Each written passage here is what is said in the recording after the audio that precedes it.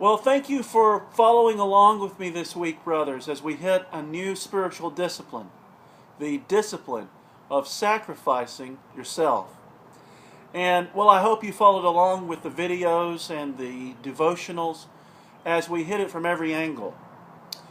In my mind this week, I had the picture of giving a gift to someone who was extravagantly wealthy. Just think about it. What do you give as a gift to someone who has seemingly everything? Well, we struggle with that. Well, isn't that the situation with our God? Our God really owns everything, including us. Well, what do we give our God if we want to give Him a gift? That's self-sacrifice.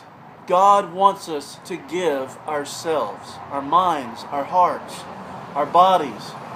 As it says in Romans chapter 12, verses 1 and 2, it talks about sacrificing yourself because of everything that God has done for you. Just take a look at it this weekend if you like. Romans chapter 12, verses 1 and 2. Well, today, brothers, I'd like to end this week by talking about sacrificing your convenience for the sake of persevering. I know for me, there have been times when I wanted to give up. At least once a week, I find myself wanting to give it up, just to move on with my life. And my excuse has been, well, my life would be a lot easier if I weren't doing this. I'd have a lot more time if I weren't doing this. Well, if that's my excuse for giving up on things, brothers, then I am not living the disciple life. And you aren't either, if that's your excuse. Brothers, we are not called to a convenient life, to a life that has no challenges, no hindrances, and no obstacles.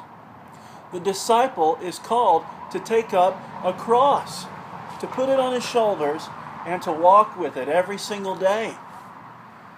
Jesus said that in the Gospels. Take up your cross and follow me, because Jesus took up His own cross, brothers.